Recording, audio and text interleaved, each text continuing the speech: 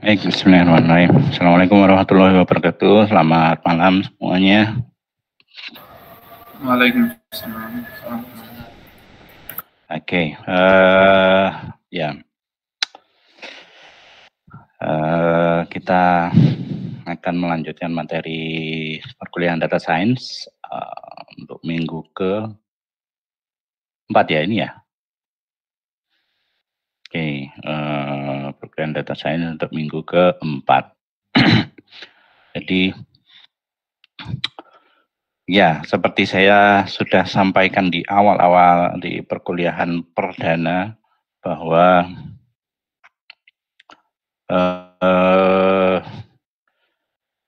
ya seperti ini, seperti yang di minggu ini Anda lihat sendiri, Anda menyaksikan sendiri tiba-tiba ada tugas luar kota mendadak, ya nggak terima luar kota ya, luar pulau ya, mendadak malam harus berangkat dan seterusnya. Termasuk besok ada rapat dengan pimpinan juga. Ya terpaksa harus seperti ini. Mohon dimaklumi. Ya saya ambil minimalnya bahwa kuliah tetap terlaksana. Saya tetap memberikan materi, akan ada evaluasi dan seterusnya. Jadi ada bagian tidak ideal bahwa kita tidak bertemu muka langsung di lokasi yang sama, tetapi sebagian besar dari kewajiban saya setidaknya sudah terlaksana. Baik, kita lanjutkan saja karena waktunya tidak terlalu lama kalau malam hari dan kita sudah terlambat sekitar 15 menit.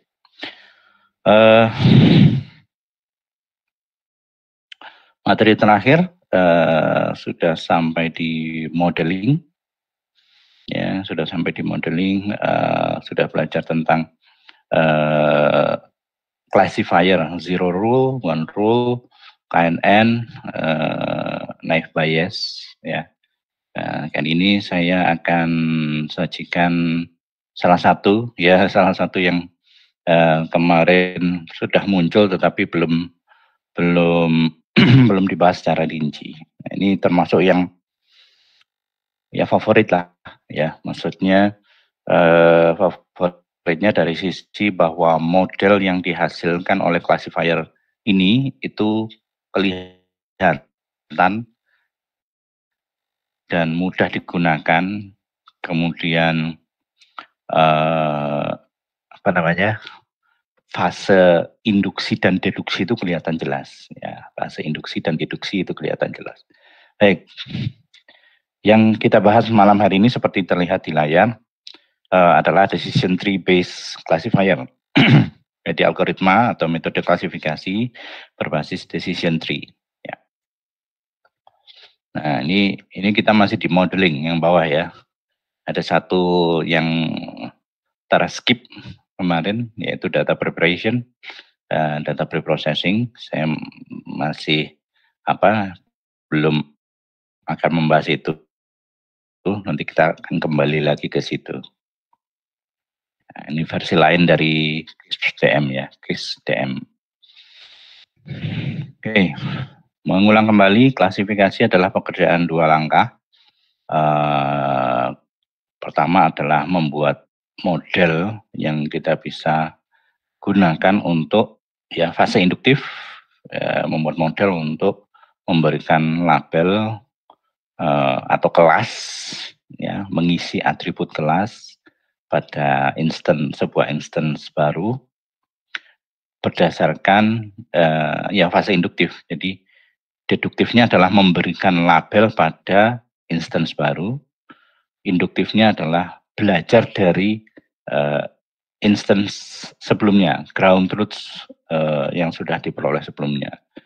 Contohnya kalau di klasifikasi spam, email spam, ya classifier akan belajar dari data latih spam, email-email yang sudah ditandai mana yang spam, mana yang bukan spam.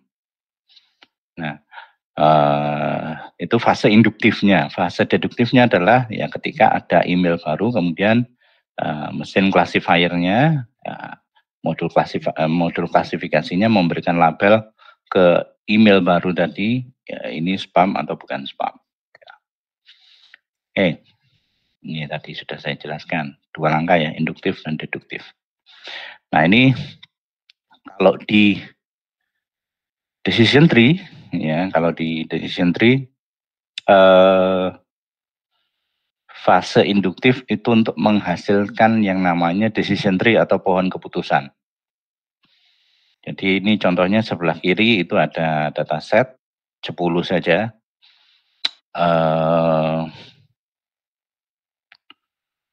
Ini sebentar.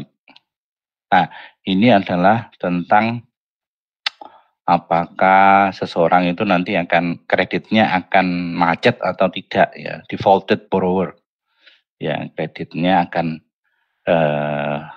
pinjamannya akan macet atau tidak pengembaliannya. Berdasarkan 3 atribut. Ya, 3 atribut masukan yaitu homeowner, apakah dia punya rumah atau tidak, ya, memiliki rumah atau tidak, kemudian status pernikahan sama pendapatan tahunan, ya, penghasilan tahunan. Dari sini kemudian dibuat model, ya. Anda perhatikan di fase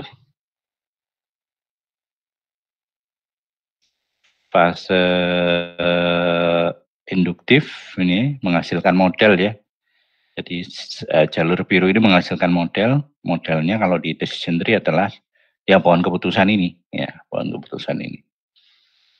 Kemudian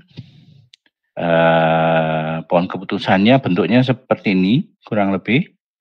Jadi nanti node atau simpul-simpul pembentuk pohon itu adalah atribut, makanya namanya splitting attributes.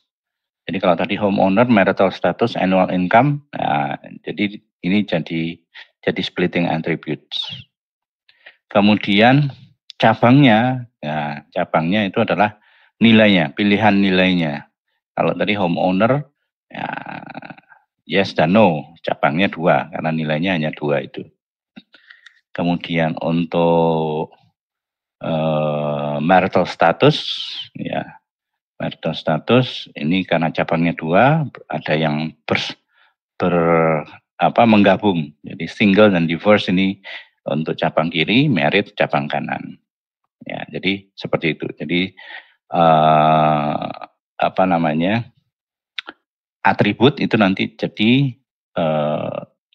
node atau jadi simpul dari pohon keputusan.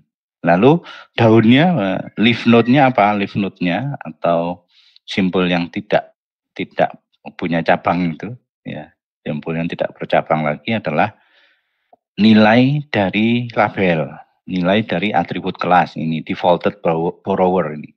Jadi yang biru-biru ini adalah pilihan nilai dari pilihan kelasnya, ya.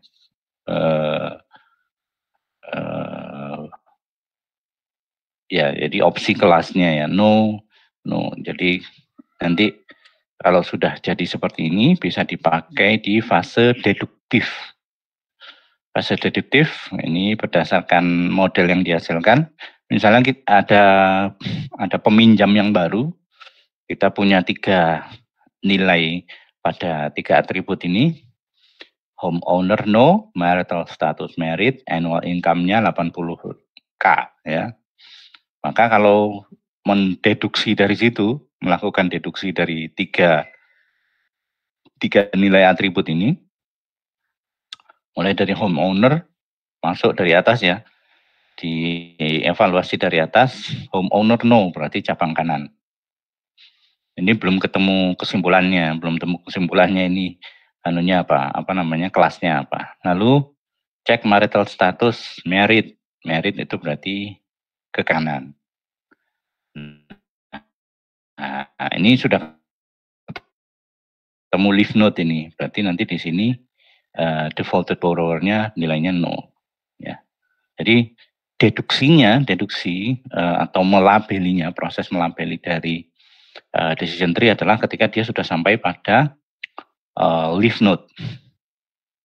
Ketika dia sudah sampai pada leaf node. Ya, jadi kalau misalnya homeowner yes, nah ini langsung dapat kesimpulan, maka dia bukan sebagai peminjam yang macet, ya, peminjam yang macet dalam mengembalikan pinjaman. Ya, ya, gitu. Jadi seandainya ini misalnya marital statusnya nilainya single atau divorce, maka ini masih lanjut lagi pertanyaan, income-nya berapa? Nah, ini kalau persis 80K, ini tidak bisa ditentukan ini. Ini salah satu harusnya ada sama dengannya. Ya, gitu. Ya. Oke, jadi seperti itu ya. Salah satu favorit karena modelnya kelihatan jelas dan bisa dipakai untuk fase induktif. Fase deduktif. Jadi kita bisa lakukan fase deduktif secara manual lah kalau misalnya seperti itu. Ya, fase induktifnya juga menyenangkan karena dia menghasilkan something visual, jadi sesuatu yang bisa kita lihat. Ya. Oke. Sampai di sini ada pertanyaan? Ya, masih gampang ya. Jadi klasifikasi itu 2 langkah. Kalau decision tree, induktif fase pertama, langkah pertama adalah langkah induktif menghasilkan modelnya berupa decision tree. Kemudian langkah deduktifnya adalah ya melabeli yang belum ada labelnya. Apply the model ya berdasarkan decision tree yang sudah terbangun. Nah, kita lanjutkan. Terus bagaimana? Pertanyaannya adalah bagaimana membangun decision tree tadi. Ya, bagaimana caranya membangun decision tree? Secara umum membangunnya adalah top down. Jadi dari root-nya, dari node yang paling atas turun, divide and conquer ya. Jadi split gitu, ke bawah split gitu ya. Tree is constructed in a top-down recursive divide and conquer manner. Ya, basic algoritmnya begitu, greedy algoritmnya. At start, all training examples are at the root. Jadi kalau tadi datanya ada 10 gitu ya, semua instance atau example untuk trainingnya adalah ada di root. Kemudian ketika sudah bercabang ke level berikutnya, maka ya masing-masing cabang akan memuat sebagian dari yang tadi, keseluruhan, yang 10 tadi. Yang cabang kiri jadi ada berapa, yang cabang kanan jadi tinggal berapa instance-nya. Ya, nanti ke bawah semakin dipartisi. Ya. Kemudian yang berikutnya adalah, nah, how should the examples be split? Ya, splittingnya bagaimana ini? Nanti bisa dikatakan tergantung tipe atributnya. Kalau atributnya numerik, ya bisa di-split. Ya, di-splitnya berdasarkan batasan nilai tertentu. Kalau atributnya nominal, bisa di-split sesuai dengan jumlah variasi jumlah nominalnya.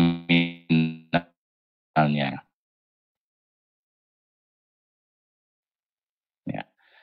Kemudian berikutnya measure for evaluating the goodness attributes are selected on the basis of a heuristic or statistical measure. Jadi perlu ada cara untuk memilih mana yang menjadi splitting attributes. Ini gini. Jadi kalau di sini root-nya ya, di contoh ini root-nya adalah homeowner. Maka pertanyaan tentang membangun decision tree adalah kenapa kok root-nya homeowner? Ya, mengapa root-nya homeowner? Mengapa bukan marital status? Mengapa bukan income? Kenapa homeowner? Nah, ini harus ada penjelasan ilmiahnya. Jadi tidak sekedar suka-suka saya pilih yang ini gitu. Tidak ya. Jadi memilih mana yang menjadi splitting attribute kemudian bagaimana memilih splittingnya, mekanisme splittingnya itu harus ada penjelasan ilmiah, ada pengukurannya juga ya. Jadi measure for evaluating the goodness of a test condition. Jadi kalau menggunakan atribut ini untuk split ya, untuk split itu apakah lebih baik dibandingkan menggunakan atribut yang itu untuk split ya. Kalau splitnya dibuat dua, cabangnya dua, apakah lebih baik dibandingkan kalau dibuat cabangnya lebih dari dua? Nah, itu juga pertanyaan-pertanyaan dasar untuk membangun decision tree. Ya, sekali lagi decision tree dibuat dengan divide and conquer. Ya, divide and conquer, top down, mulai dari root node sampai ke leaf node-nya. Diawali dengan semua instance, semua semua record ya itu ada di root, kemudian dipilih splitting attribute pertama di root-nya, kemudian di split. Nah, nanti yang utuh di root node tadi akan terdistribusi, akan terpartisi di cabang-cabangnya. Nah, pertanyaan besar berikutnya adalah ini kan di split terus ya. Jadi misalnya data awalnya 100 ya, instance awalnya 100.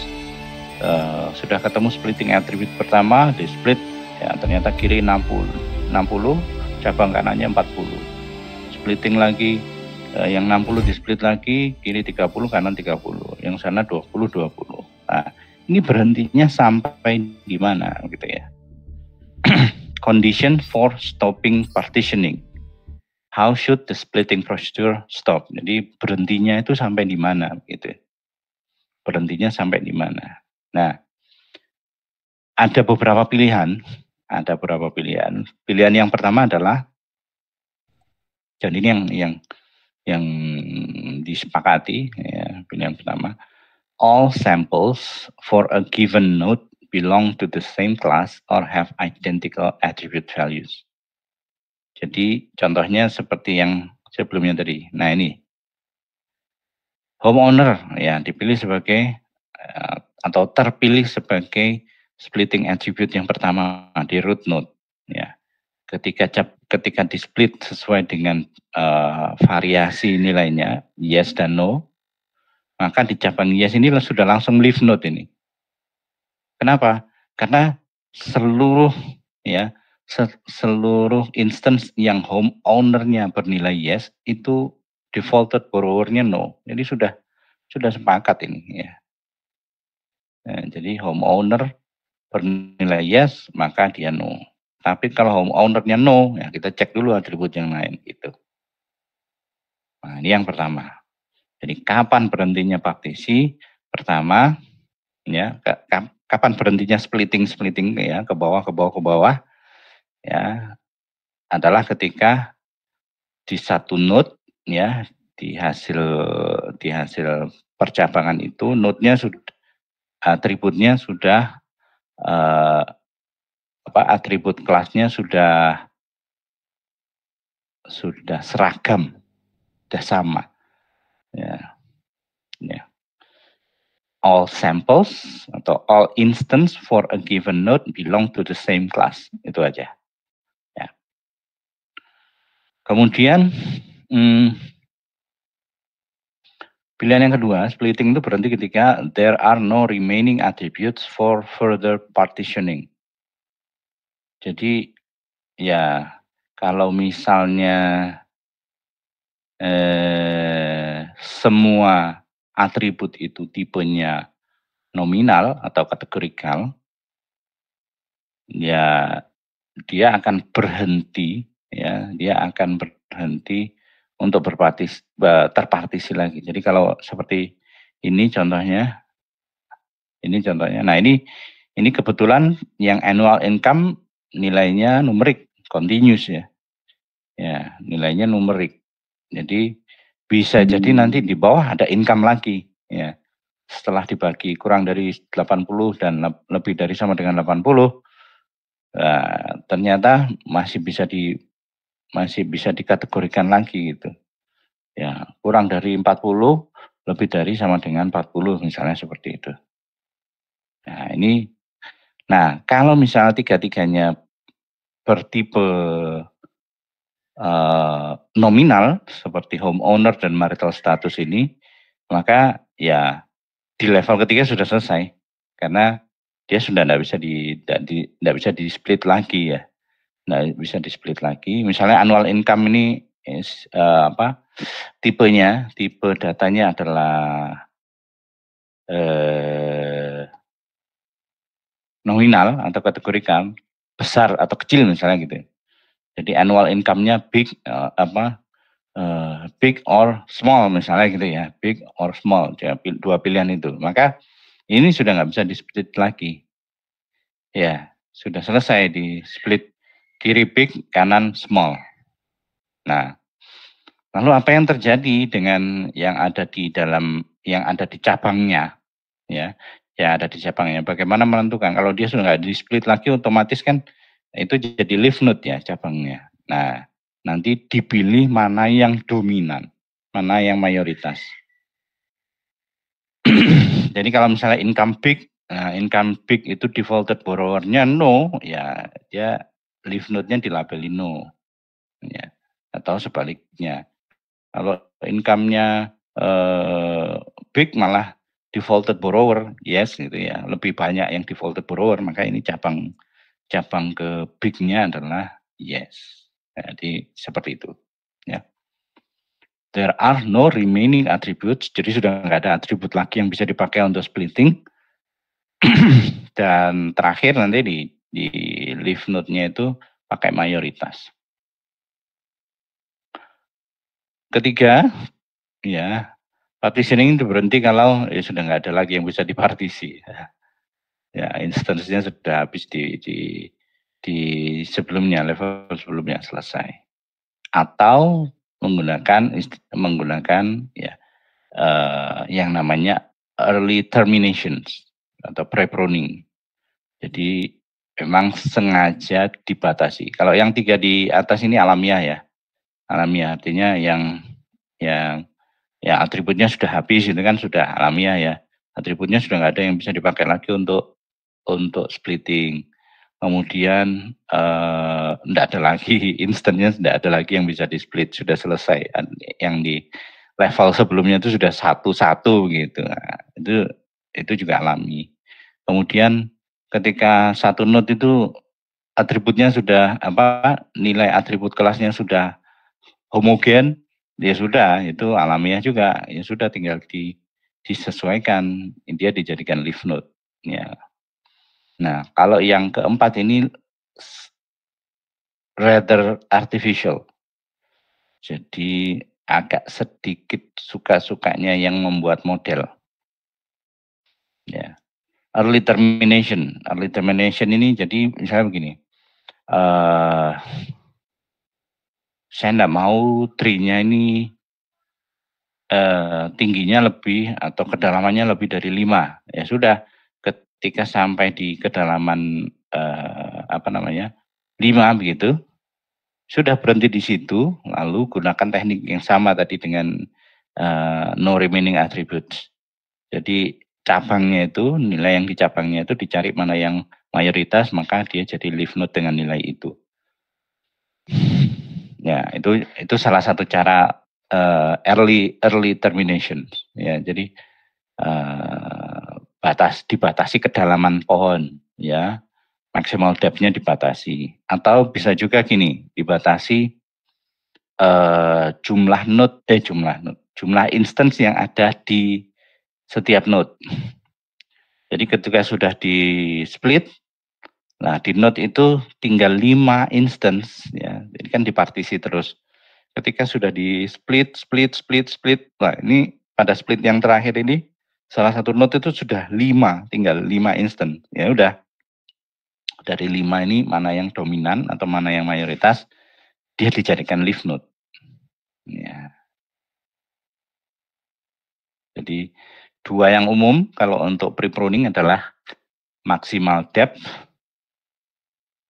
ya kedalaman maksimal, lalu apa namanya, minimal minimal instance ya. Ya, silakan tadi ada yang raise hand ya? Enggak Pak, mohon maaf tadi nggak sengaja kepencet. Oh, kepencet ya. Oke. Ya. Jadi seperti ini ya. Jadi dia top down dari root node ke leaf node, kemudian dipartisi terus dan ada kondisi berhentinya. Nah, ini conditionnya untuk nominal attribute. Splitnya bisa multi-way, bisa binary split. Jadi bisa multi-way, bisa binary split. Jadi kalau misalnya biasanya kalau pilihan nilainya itu tidak banyak, ya hanya 3 begini, ya 3 atau 4 mungkin ya multi-way-nya bisa dilakukan. Ya. Nah, jadi kalau ini hanya 3, bisa di-split jadi 3 cabang. Ya, tapi kalau pilihan nilainya banyak, ya bisa saja mau dibuat sebanyak itu, tetapi nanti jadi kurang efektif ya. Ya, umumnya jadi kurang efektif. Use as many partition as distinct values. Jadi partisinya atau splitnya itu sebanyak ini nilai yang berbeda.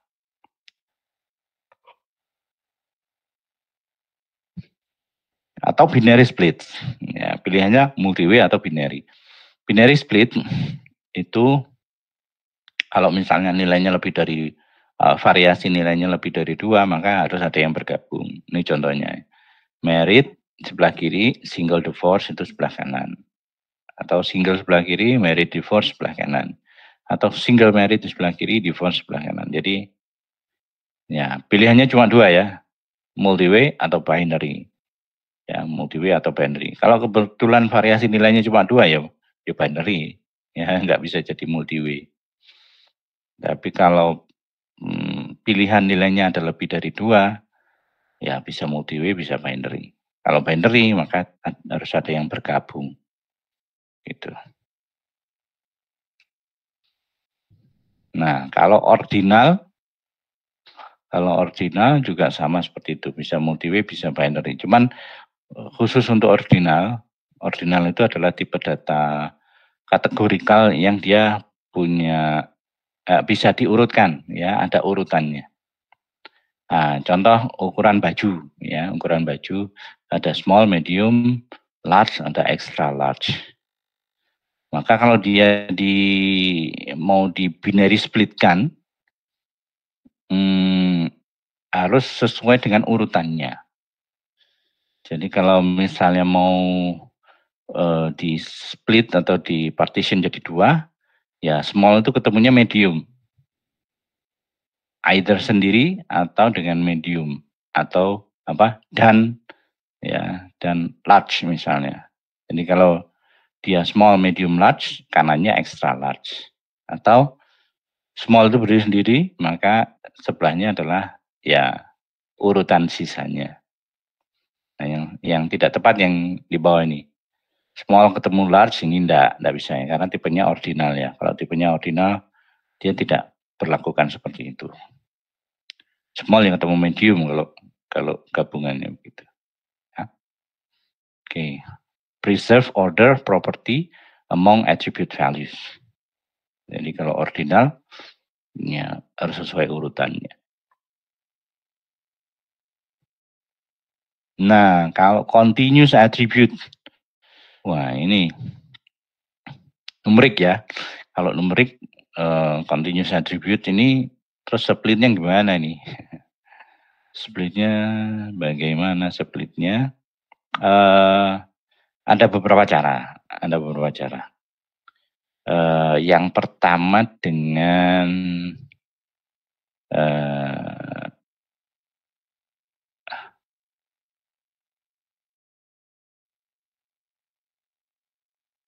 kalau multi-way bisa dibuat diskretisasi ya. Discretization to form an ordinal categorical attribute.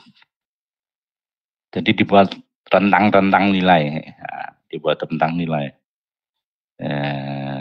Kalau biner ya berarti rentang nilainya 2. Ya, misalnya tadi annual income 80 annual income itu dibuat kurang dari 80K dan lebih dari sama dengan 80K.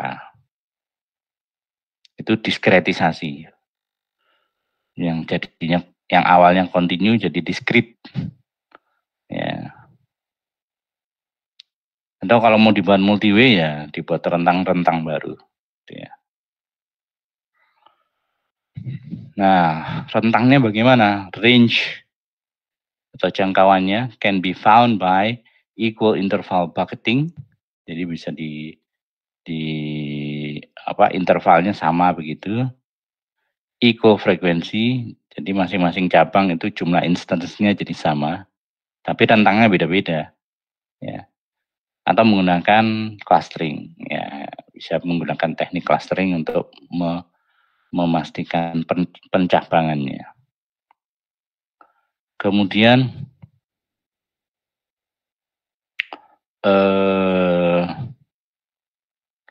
ada 2 pilihan cara untuk splitting ya. Yang jelas kalau numerik begini, atribut numerik itu nanti bisa jadi terpakai terus di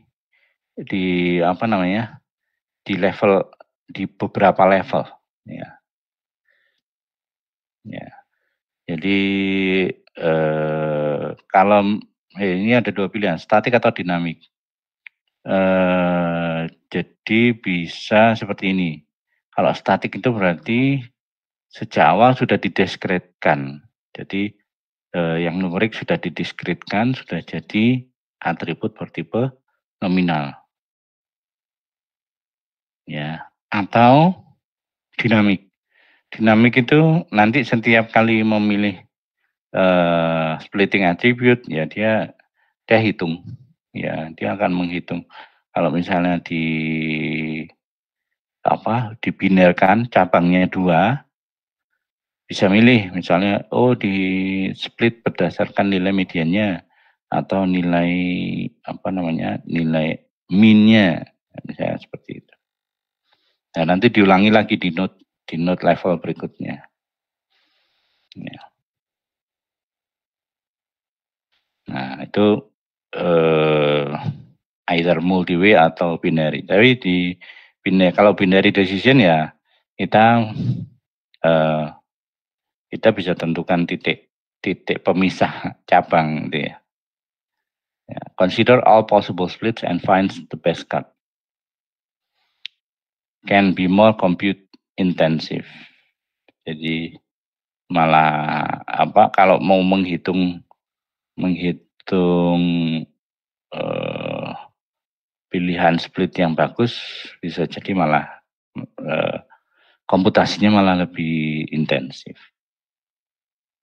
lebih berat lah ya. Oke. Nah, ini ada beberapa, cuman saya nggak jelaskan semua ya. Anda bisa cari referensi karena cukup dijelaskan beberapa ini saja. Anda sudah punya basic tentang untuk belajar yang lainnya. Saya tidak jelaskan slick dan sprint. Ya, saya tidak jelaskan slick dan sprint. Nanti Anda bisa cari referensi dan pelajari sendiri ya, berdasarkan pengetahuan yang Anda dapat malam hari ini. Nah, dari sekian banyak decision tree, algoritma decision tree, algoritma untuk membangun pohon keputusan, umumnya yang membedakan adalah cara memilih splitting criterion. Ya, cara memilih atribut yang dijadikan splitting attributes. Ya, contohnya yang kanan ini. Ya, bagaimana kita bisa bagaimana proses ilmiah untuk menghasilkan H itu sebagai root node, ya, node yang paling atas. Kenapa enggak student? Kenapa enggak credit rating? Misalnya seperti itu. Ini pertanyaannya. Nah, algoritma ini beda Beda dalam hal ya ini perhitungan untuk mencari mana yang paling bagus. Paling bagus dijadikan root node. Ya. Differ by the use of splitting criterion. Jadi kalau Anda disuguhi satu algoritma decision tree baru misalnya gitu, Anda diskusi dengan akademisi yang lain. Ini saya punya algoritma decision tree nih untuk mining, untuk klasifikasi. Sebentar, splitting kriterianya pakai apa? Itu pertanyaan pertama, seperti itu ya. Biasanya bedanya di situ. Bagaimana cara memilih splitting criterion, splitting attributes. Oke. Ada 4 yang ada di rapid miner. Ada satu lagi sebenarnya, tapi saya pilih yang 4 ini saja karena dia sangat standar. Measure for evaluating the goodness of a test condition itu kalau di rapid miner ada 4. Secara umum ada 4. Kalau algoritma di luaran sana di akademisi yang sudah kompleks, mungkin ada pilihan-pilihan yang lain. Tapi ini yang populer ada 4. Ada information gain, ya, gain ratio, ini basisnya entropi dua-duanya, atau nilai keinformasian dari data. Ya, information gain ratio itu juga, itu basisnya entropi. Kemudian ada Gini index, ada akurasi, ya. Ada Gini index, ada akurasi. Pilih yang mana nih? Ya. Mau split pakai yang mana ya? Ya disesuaikan saja, ya sesuaikan saja dengan kebutuhan. Maunya yang mana? Gitu. Jadi kalau decision tree dibangun menggunakan information gain, ya berarti sejak memilih root node sampai dengan node splitting node yang paling bawah itu ya semuanya menggunakan information gain. Jadi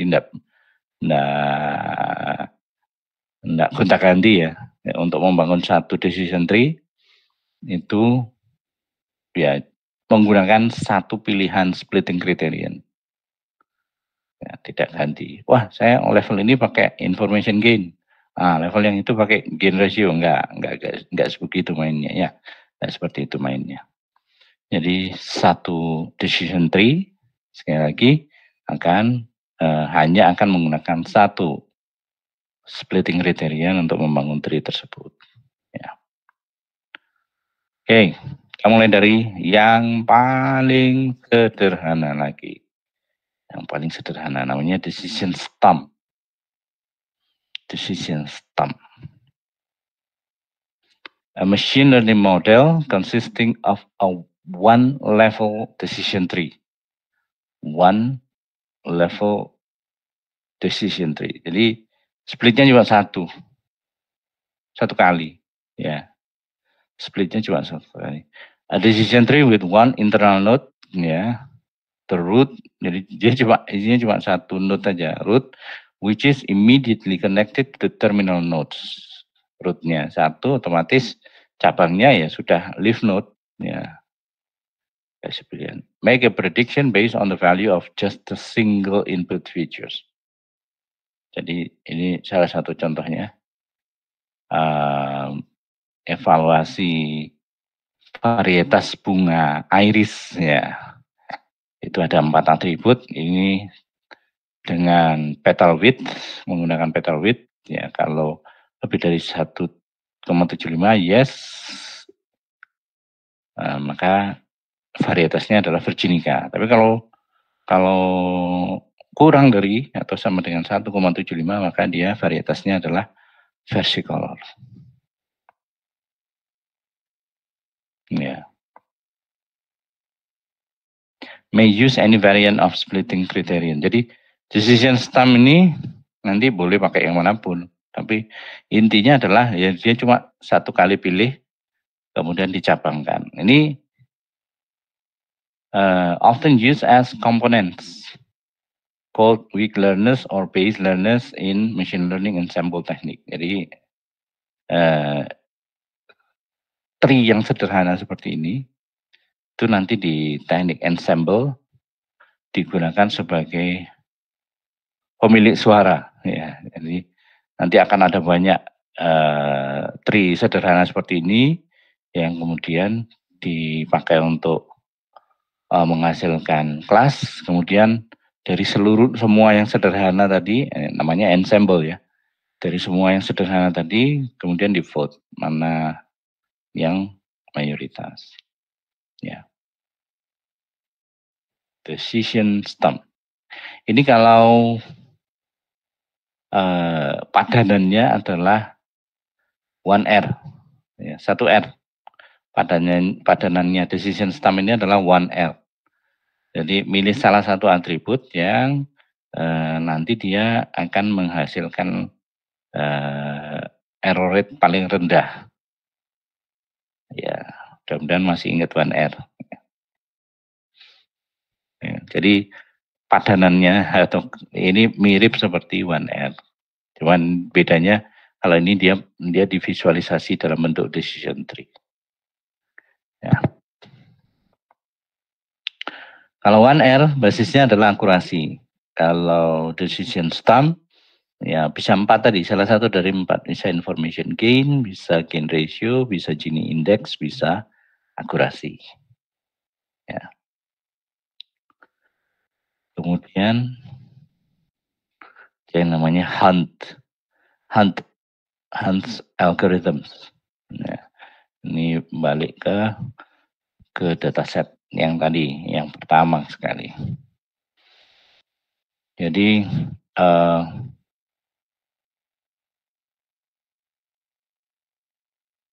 mulai dari kelompok awal defaulted no, dicari yang salah satu atribut yang menghasilkan satu cabang yang langsung pure, langsung murni. Ya, ternyata yang pure atau langsung murni adalah homeowner. Kenapa kok homeowner? Jadi kalau homeowner itu dijadikan splitting attribute, maka di sisi yes atau di cabang yes-nya kita sudah bisa membentuk leaf node atau simpul daun. Jadi defaulted-nya sama dengan no. Kemudian untuk di sisi no, ya di cabang no, homeowner sama dengan no, maka ya defaulted no-nya pilihannya jadi 4 dan 3.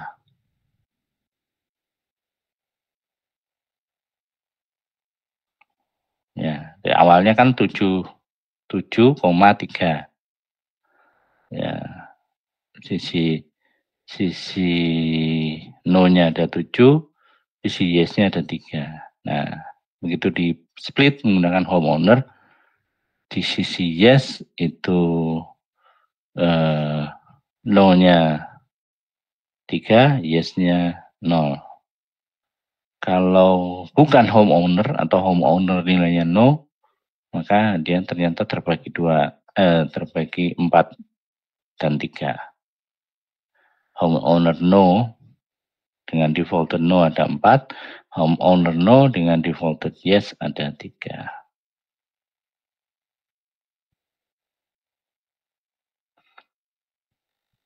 Nah, 4-3 ini kan belum ada yang murni ya. Coba pakai yang lain. Ya, sisanya kan marital status dan annual income.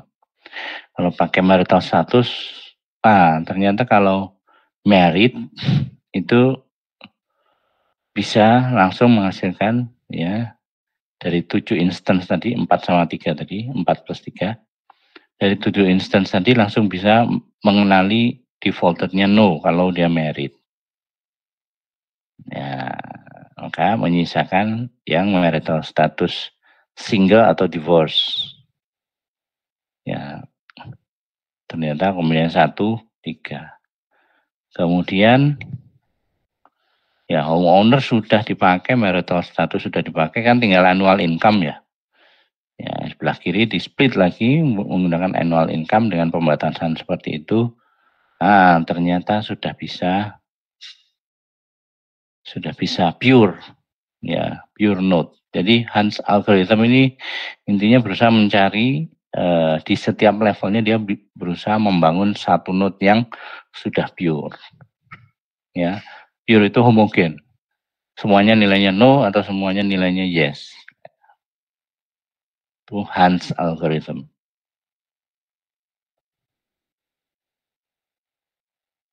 Ada pertanyaan sampai di sini? Silahkan. Siapa ya? Karena ini ada di Windows yang sama, saya nggak kelihatan. Siapa yang ngacung? Maesa. Ya, permisi Pak. Yuk. Tadi mungkin saya agak kelewatan sedikit dan kurang paham. Kalau itu kan dari semua algoritma decision tree ada root yang dipilih dari awal. Nah itu caranya biar yang paling efisien kita milih, oh instance ini aja atau atribut ini aja yang kita pakai jadi root itu sebenarnya prosedurnya bagaimana ya Pak? Nah ini ya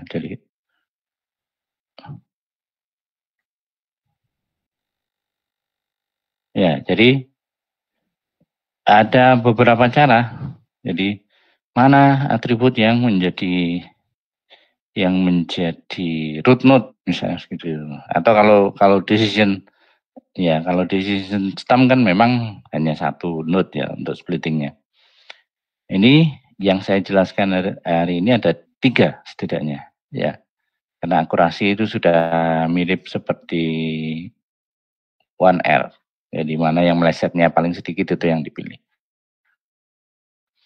Oke, bisa menggunakan information gain, menggunakan gain ratio, menggunakan Gini index. Nanti akan ada prosedurnya untuk memilih itu ya.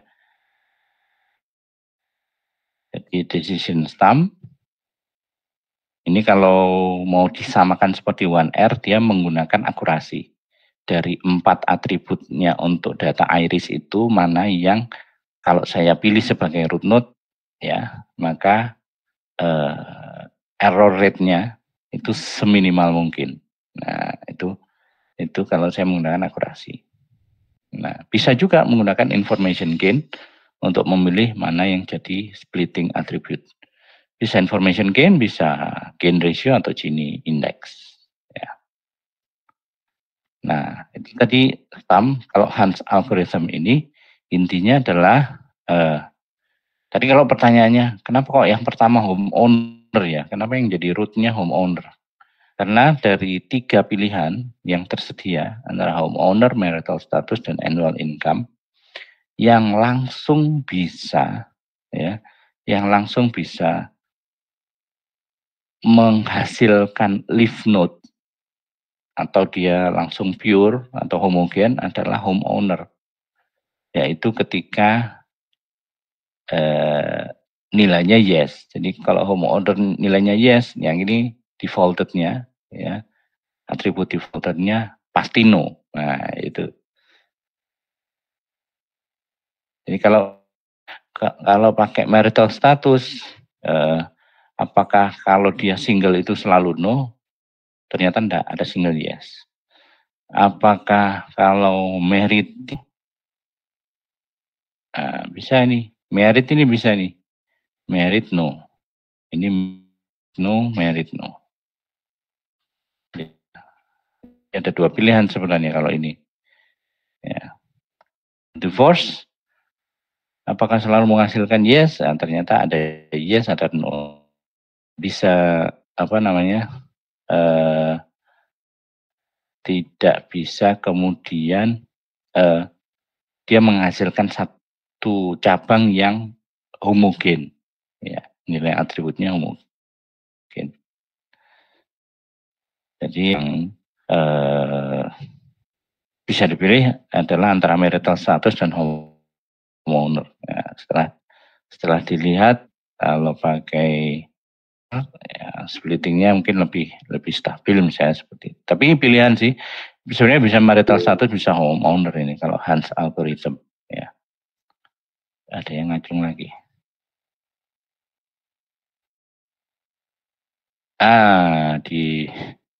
Di Sklearn ya. Di Sklearn. Saya enggak banyak main scikit sih, tapi ya baca-baca sedikit. Setahu saya defaultnya atau ini aja, default splitting criterion Sklearn.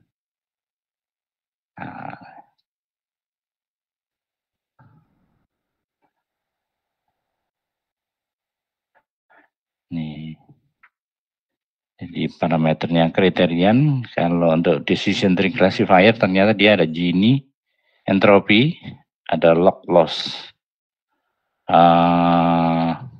Kalau entropy saya tidak tahu ya apa dia apakah information gain atau gain, ini bukan gain ratio.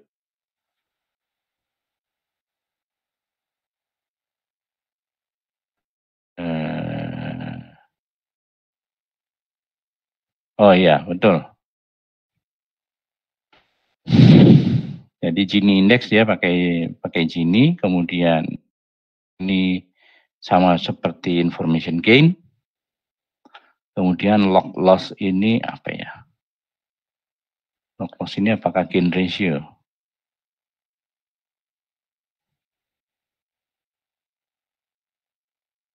Shannon entropy. Sepertinya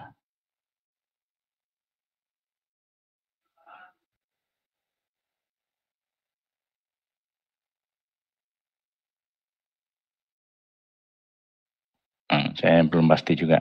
Yang jelas parameter decision tree-nya, splitting kriteriannya ini sepertinya Gini ya.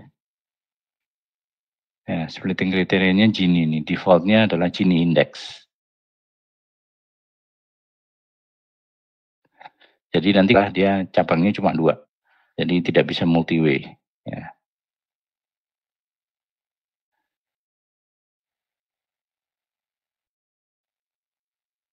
Nah, defaultnya itu. Ya. Seperti yang nanya splitting criterion di Sklearn, Dimas ya. Oke, apakah ada function yang bisa secara otomatis? Ya, kalau memilih root secara otomatis itu ya kembalilah kita di defaultnya apa? Defaultnya sepertinya Gini. Ya, otomatis itu nanti. Ya, otomatis ya kalau Anda tidak mendefinisikan apapun, ya dia pakai Gini index. Kemudian splitting di level-level berikutnya. Mas Dimas ya. Ya, sampaikan.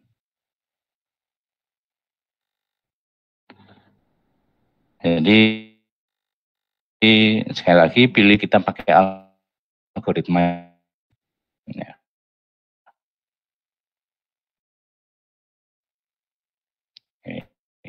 Berikutnya chart. Nah ini berarti tadi kalau di Sklearn tadi Gini, maka dia adalah algoritma sebenarnya classification and regression tree.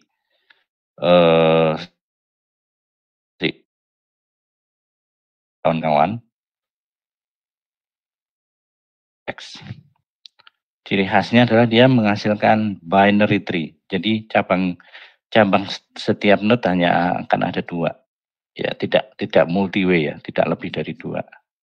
Seperti ID3 dan C4.5. Jadi dia pasti hanya 2 saja. Ya. Nah, ini cara menghitungnya. Ya, cara menghitung. Caranya bagaimana? Memilih. Nah, ini ada 4 atribut. 4 atribut. Ada age, ada income, ada student, ada grade. Ini untuk menentukan kelasnya. Dia nanti bakal membeli komputer atau tidak. Maka kita hitung Gini index dari keseluruhan dataset. Jadi untuk dataset ini Gini indeksnya berapa? Ngitungnya bagaimana? Ya ini mudah ini. 1 dikurangi kelas yes-nya berapa? Kelas no-nya berapa? Ya. Kelas yes-nya ada 9 per 14 dikuadratkan dikurangi 5 per 14 dikuadratkan. Ini nilai Gini-nya dari keseluruhan dataset. Ya. Nah, kita hitung Gini index untuk masing-masing atribut. Ya. Kita hitung Gini index untuk age, income, student, credit rating. Ini saya contohnya di sini 1. Ya. Saya untuk income saja, untuk income. Maka Gini indeksnya adalah kalau kita split jadi 2, low, medium, kemudian cabang satunya adalah high, maka jadinya seperti ini. Dari 14 instance, yang low medium ada berapa, yang high ada berapa. Yang high-nya ada 4, low medium-nya ada 10. 10 per 14 dikali Gini, ya, Gini dari ininya, dari atribut itu, ditambah 4 per 14 dikali Gini dari atribut itu. Ya. Nah, Gini dari atribut itu bagaimana? Sama seperti model yang di atas, 1 dikurangi yang yes berapa, yang no berapa. Untuk low medium ya. Low medium kelas yes ada 7, kelas no-nya ada 3. Ya. Kalau high tadi kan totalnya ada 4 ya. Income high totalnya ada 4. Nah, income high yes kelas sama income high kelas no, ya ternyata masing-masing ada 2. Ini loh, income-nya high, ini no, ada 2. Ini high yes, di bawah juga high yes. Ya. Maka Gini index untuk ya nilai Gini-nya dari atribut income adalah 0,443. Ini nilai Gini indeksnya.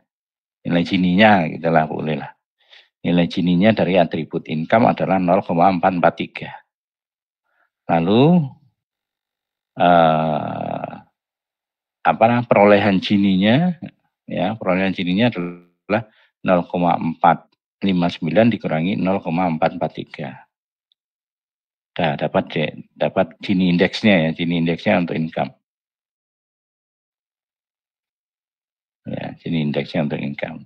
Jadi 0,016 itu income. Nah, Anda bisa hitung yang sama, cara yang sama untuk atribut-atribut ini. Yang paling besar lah yang dipilih sebagai atribut split. Ya, jadi kalau ini langkah pertama ya, mana yang paling besar Gini index antara age, income, student, dan credit, itulah yang dipilih sebagai root node. Ya, jadi dari 4 atribut ini nilai Gini indeksnya yang paling tinggi itu akan dipilih sebagai root node. Itu ya tadi yang bertanya caranya bagaimana. Ya ini ada mekanikalnya ya, hitung-hitungannya. Untuk cat Gini hanya bercabang 2. Lalu apa pilihannya ini? Ya, apa pilihannya hanya low, medium, dan high? Ya bisa saja Anda pilih low, cabang kiri, cabang 1 low, cabang keduanya adalah medium high, bisa. Ya, hitung dulu Gini nilai Gini untuk dengan pilihan seperti itu, dengan pencabangan seperti itu berapa? Kalau dia lebih kecil ya itu yang dipilih. Karena nanti kan masih dikurangkan ya dari sini ya. 0,459. Ternyata kalau dengan pengelompokan low versus medium high, ternyata ininya angka 443 ini ya bisa lebih kecil kecil lagi, ya, maka ya pilih yang low sendiri, medium, high sendiri. Ya. Oke, questions? Ini chart. Ya, chart. Clear ya tadi? Siapa yang bertanya tadi? Caranya bagaimana?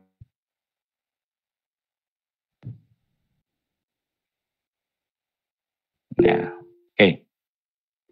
Ya. Siapa tadi?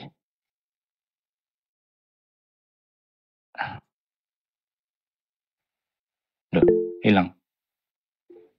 Ya, Afan. Silakan. Ya. Afan Fabian.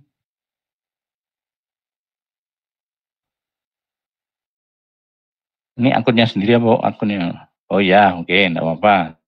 Silakan. Sini ya. Apakah ada metrik selain Gini terhadap proses memprediksi satu data? Oh ya. Oke. Ada selain Gini Index untuk memilih atribut mana yang dijadikan splitting criterion di setiap level. Yaitu tadi ada akurasi bisa dipakai atau bisa dipakai istilah lain lah, jangan akurasi. Akurasi nanti kita bisa pilih di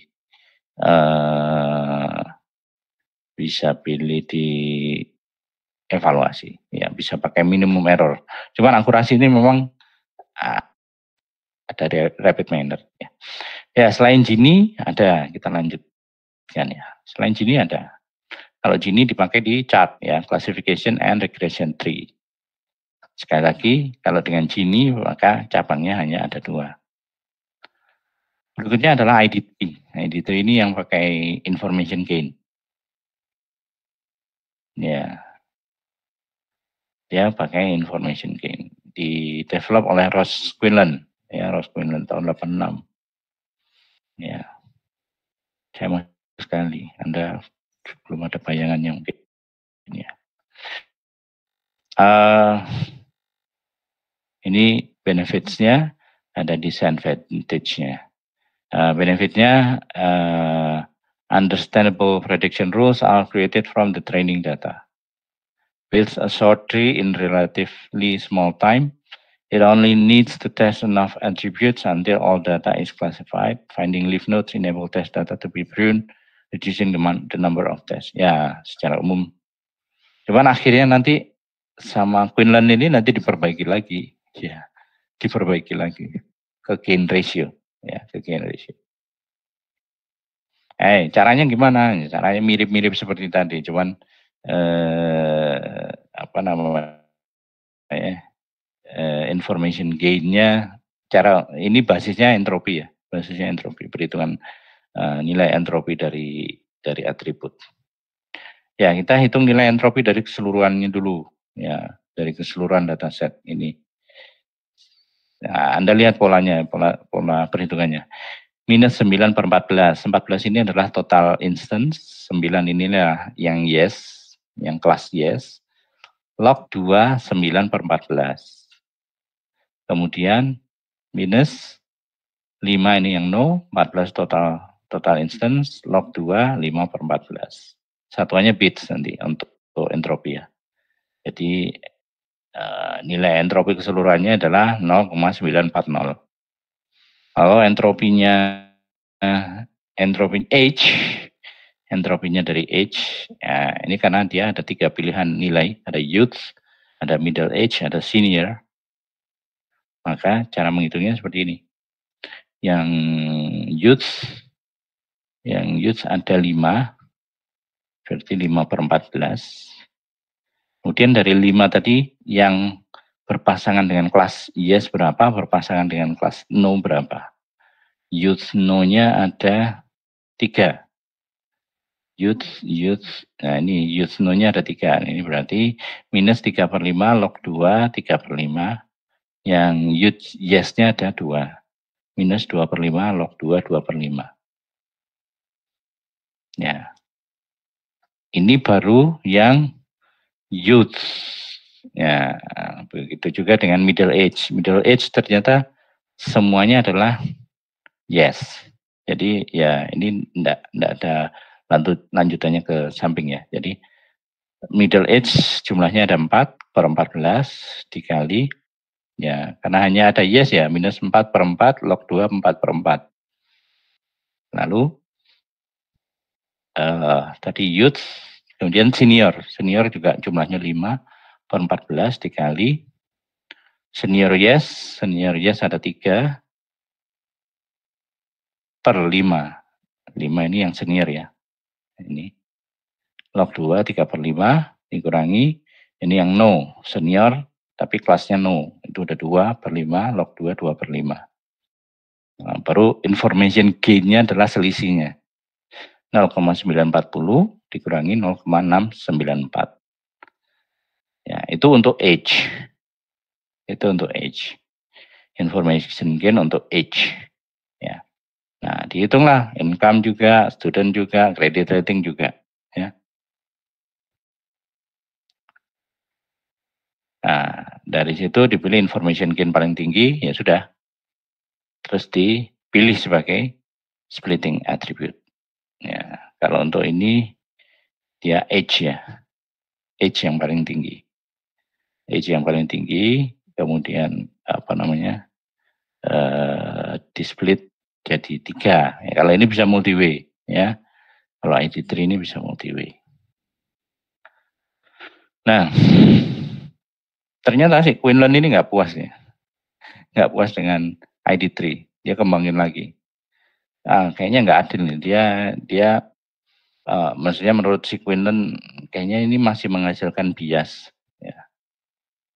Menghasilkan bias ini. Dia masih terlalu lugu dengan homogenitas masing-masing cabang. Ya, maka dia kembangkan lagi jadi algoritma C4.5. Ya, algoritma decision tree-nya dia kembangkan lagi jadi algoritma decision tree C4.5 yang splitting kriterianya adalah gain ratio. Ini perbaikan atau ekstensi dari information gain. Ya, ada tambahan langkah lagi. Ini C4.5 ini salah satu yang populer, algoritma populer ya. Ya, nomor 1 bahkan. Ya, menurut salah satu paper di Springer tahun 2008. Oke. Lalu kalau C4.5 bagaimana? Ya, kalau tadi information gain kan selesai di sini. Nah, ini nanti masih dibagi dengan split info. Dia ngitung rasio lagi. Ya. Ngitung rasio. Nah, split infonya untuk atribut A itu bagaimana? Ya. Ini untuk income ya. Kalau tadi kan untuk age. Ini split infonya untuk income adalah income-nya ada 3 pilihan ya. High, medium, dan low. High, medium, dan low. High-nya ada 4, medium-nya 6, low-nya 4. Jadi minus 4/14 dikali log 2 4/14, minus 6/14 kali log 2 6/14, minus 4/14 kali log 2 4/14. Itu nanti jadi pembagi untuk information gain-nya income. Ya. Jadi hitung dulu information gain-nya income, kemudian dibagi split infonya. Dapatlah gain ratio. Nah, ini nama algoritmanya adalah C4.5. Ya. Pilih gain ratio yang mana? Ya, pilih gain ratio yang paling besar untuk jadi pilih atribut yang memiliki gain ratio paling besar untuk jadi splitting attribute. Oke, sampai sini saya hanya jelaskan ini ya. Jadi kalau misalnya ada algoritma decision tree yang lain, Anda tanya ini. Pertanyaan pertamanya adalah splitting kriterianya bagaimana ini? Ya, apakah menggunakan yang sudah ada information gain yang sudah populer ya, information gain ratio atau Gini atau pakai akurasi begitu, atau mungkin menemukan teknik baru untuk splitting criterion. Ya bisa saja. Ya, bisa saja. Ya, intinya pertanyaannya itu ya, kalau ada akademisi yang menyatakan saya membuat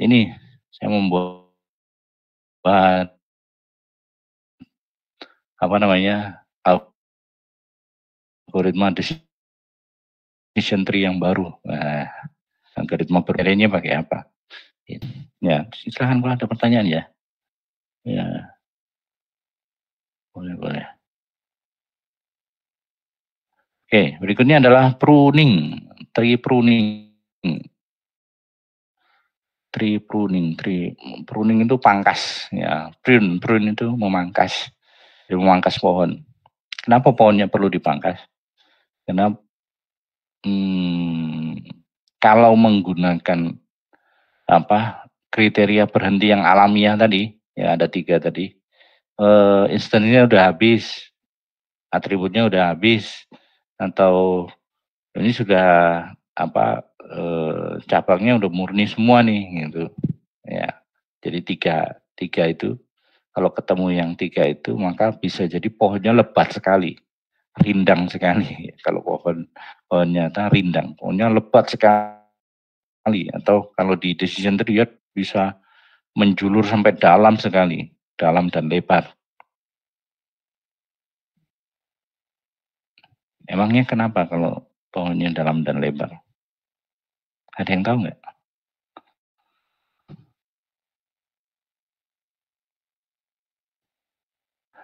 Ada yang tahu kah?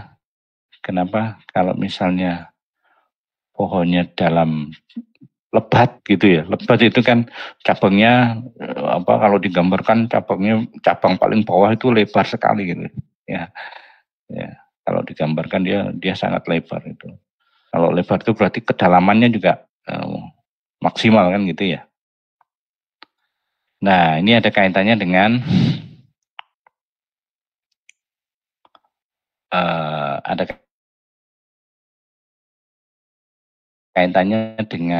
ini evaluasi ya. Ada overfitting. Ya, overfitting dan underfitting. Overfitting itu begini, konsep overfitting itu. Jadi di fase induksi untuk klasifikasi kita kan menghasilkan model ya. Di fase induksi kita menggunakan data latih untuk membangun model ya. Nah, modelnya nanti dipakai untuk mengklasifikasi atau memberikan label instance yang baru. Akan dipakai untuk melabeli instance yang baru, yang belum ada labelnya, belum ada kelasnya. Nah, kasus overfitting ini kalau saya analogikan begini.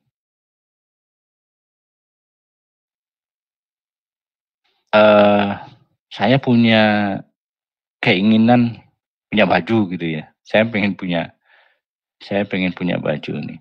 Nah, saya punya bahannya. Saya punya bahan kainnya gitu ya. Saya minta dijahitkan. Ya, saya minta dijahitkan ke tukang jahit. Ya, ke tukang jahit. Nah, si tukang jahit akan mengukur bagian-bagian tubuh saya yang untuk keperluan baju, untuk keperluan bikin baju. Nah, akan mengukur bagian tubuh saya sangat presisi, sedemikian hingga seandainya baju itu jadi saat itu, maka baju itu akan sangat nyaman saya pakai. Saat itu, garis bawah ya. Jadi sekali lagi, overfitting itu adalah analoginya, kalau saya ke tukang baju, saya minta dibuatkan baju, si tukang jahit akan mengukur ukuran tubuh saya untuk baju itu sepresisi mungkin, seakurat mungkin, supaya kalau misalnya baju itu jadi pada saat itu juga, maka akan sangat nyaman saya kenakan. Nyaman karena ya presisi kan, ya sangat presisi, pas itu dengan ukuran tubuh saya. Nah, problemnya adalah kalau terlalu presisi, maka nantinya di ke depan, ya di kemudian hari, dia akan bermasalah ketika ukuran tubuh saya mengecil atau membesar. Jadi nggak nyaman.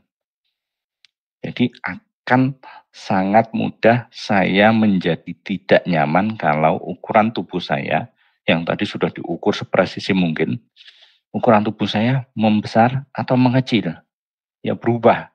Jadi tidak nyaman. Nah, seperti itu juga.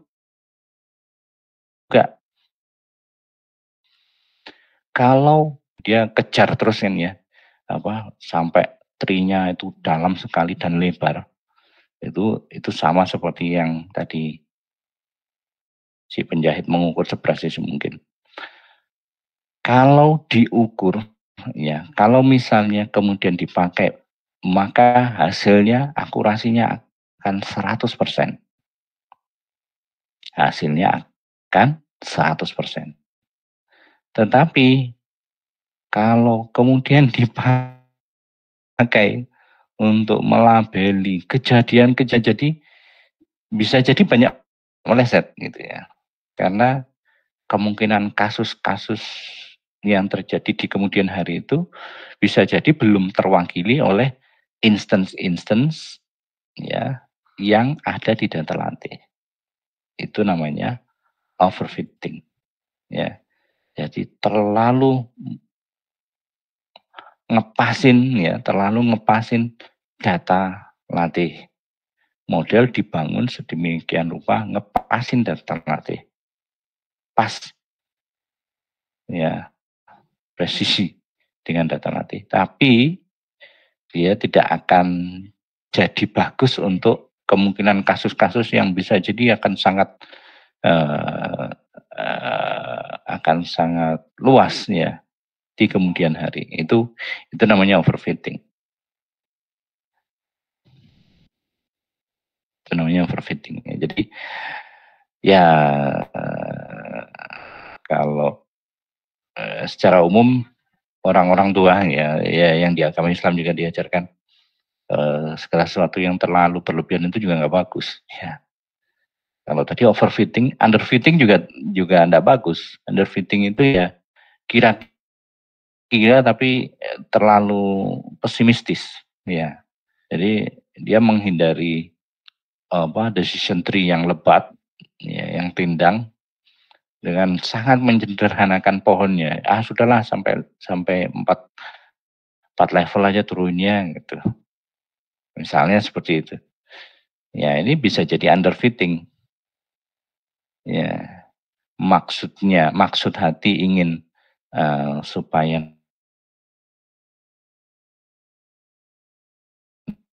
nanti dia akan lebih adaptif, ternyata ya juga masih belum mengakomodasi, belum bisa menangani itu. Ya, itu namanya underfitting. Jadi kalau analog dengan tadi saya bikin baju, kalau bajunya jadi saat ini ya bisa jadi tidak nyaman ya. Ya, persiapan nanti Pak kalau badannya tambah subur gitu. Iya, tapi badan saya sekarang kan belum gitu. Jadi saat dipakai sekarang tidak nyaman, ya dipakai di masa yang akan datang bisa jadi malah badan saya semakin kecil gitu, semakin kurus ya, tambah nggak nyaman lagi kan gitu ya.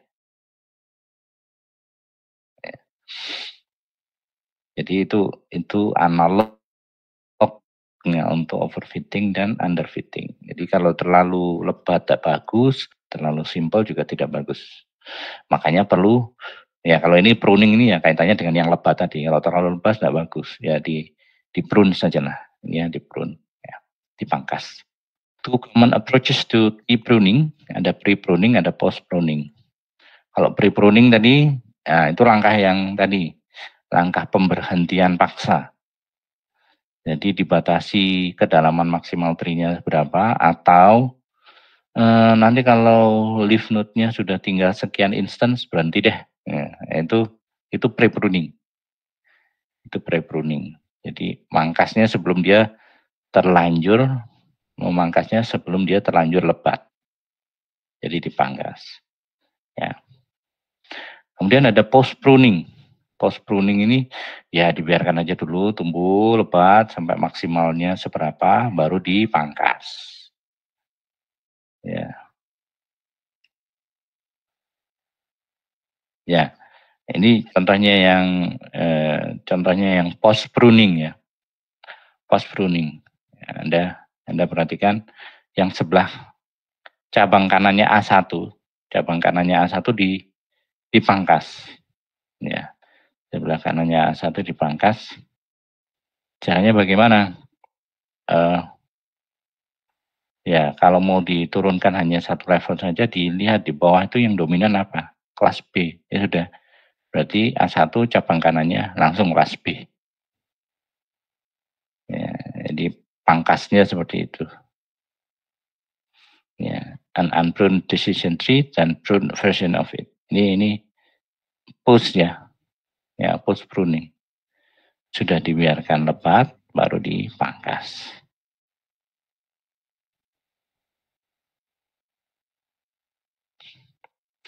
Nah, ini kelebihan dan kekurangannya decision tree, klasifikasi berbasis decision tree. Keuntungannya dia untuk konstruk nggak terlalu mahal komputasinya ya. Mahal itu dalam artian dia akan menghabiskan sumber daya memori dan processing yang tinggi. Jadi nggak terlalu. Dengan dataset yang sama ya dibandingkan mungkin dengan KNN gitu, ya dia akan extremely fast at classifying unknown records. Jadi deduktifnya cepat ya. Tinggal dicemplungkan ke decision tree, dia nanti berujung di leaf node yang mana. Nah, kan gitu aja. Kemudian easy to interpret for small size tree. Apalagi kalau tree-nya sederhana, small size gitu. Ya cepat, ya gampang diinterpretasi. Tanpa menggunakan mesin pun kita bisa melakukannya secara manual. Robust to noise. Ya. Especially when methods to avoid overfitting are employed. Jadi kalau tadi pruningnya dilakukan secara tepat, ya enggak ada masalah dengan noise. Ya, maksudnya dia lebih tahan terhadap noise. Kalau ada error-error sedikit, ya dia enggak artinya enggak mempengaruhi kinerja ya, tidak banyak mempengaruhi kinerja.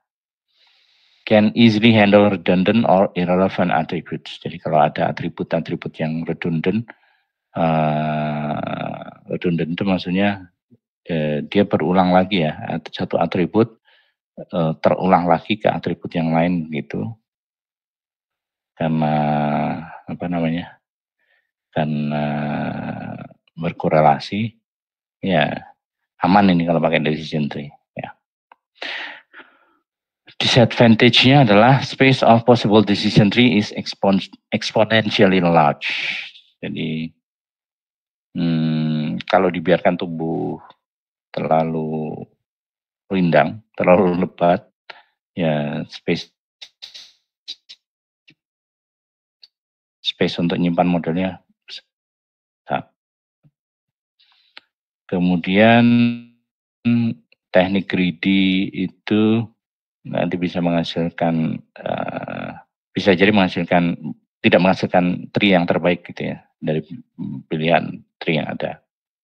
Does not take into account interaction between attributes. Jadi dia nggak peduli ada korelasi nggak antara atribut satu dengan atribut yang lain. Ini beda dengan naive Bayes ya. Kalau naive Bayes kemarin kan kalau ada dua atribut yang saling berkorelasi, ya pilih salah satu aja.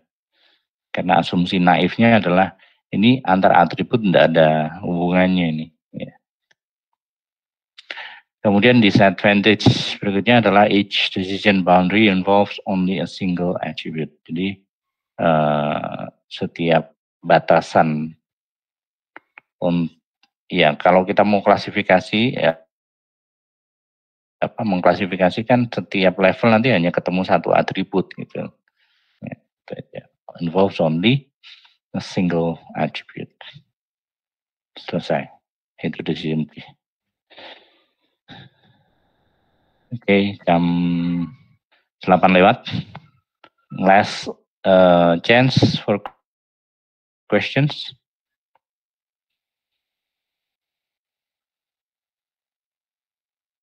Nah, ada ngantuk ini ya. Oke, ya memang durasi psikologis untuk kuliah online ini baik dari sisi pengajar maupun yang mendengarkan itu ya 1,5 jam itu sudah sangat optimal itu ya, sudah push to the limits.